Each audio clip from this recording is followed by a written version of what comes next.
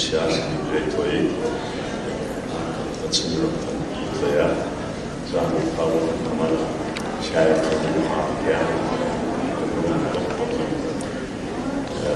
taşımdan özgürlerce 70 yaşını bırakmadık da bize bazen de daha yetişmiş var yani 70 yaşta ama daha yani görüşü daha yetişmiş fabrikayı.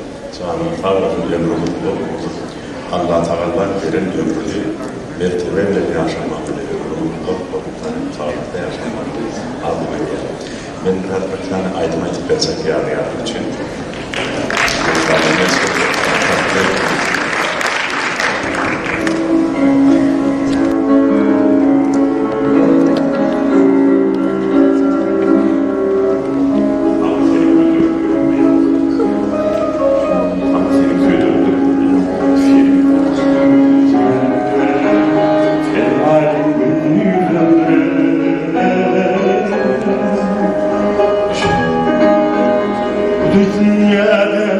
Son kıymeşe senin gayrıyım bu sana bağlıyım.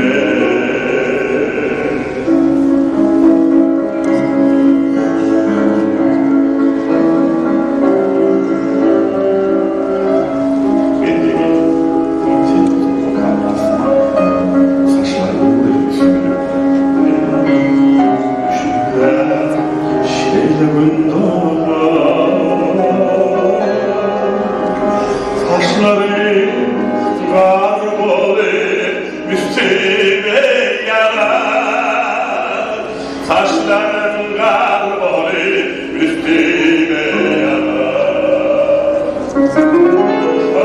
Ey yar saçların filmine karar ver.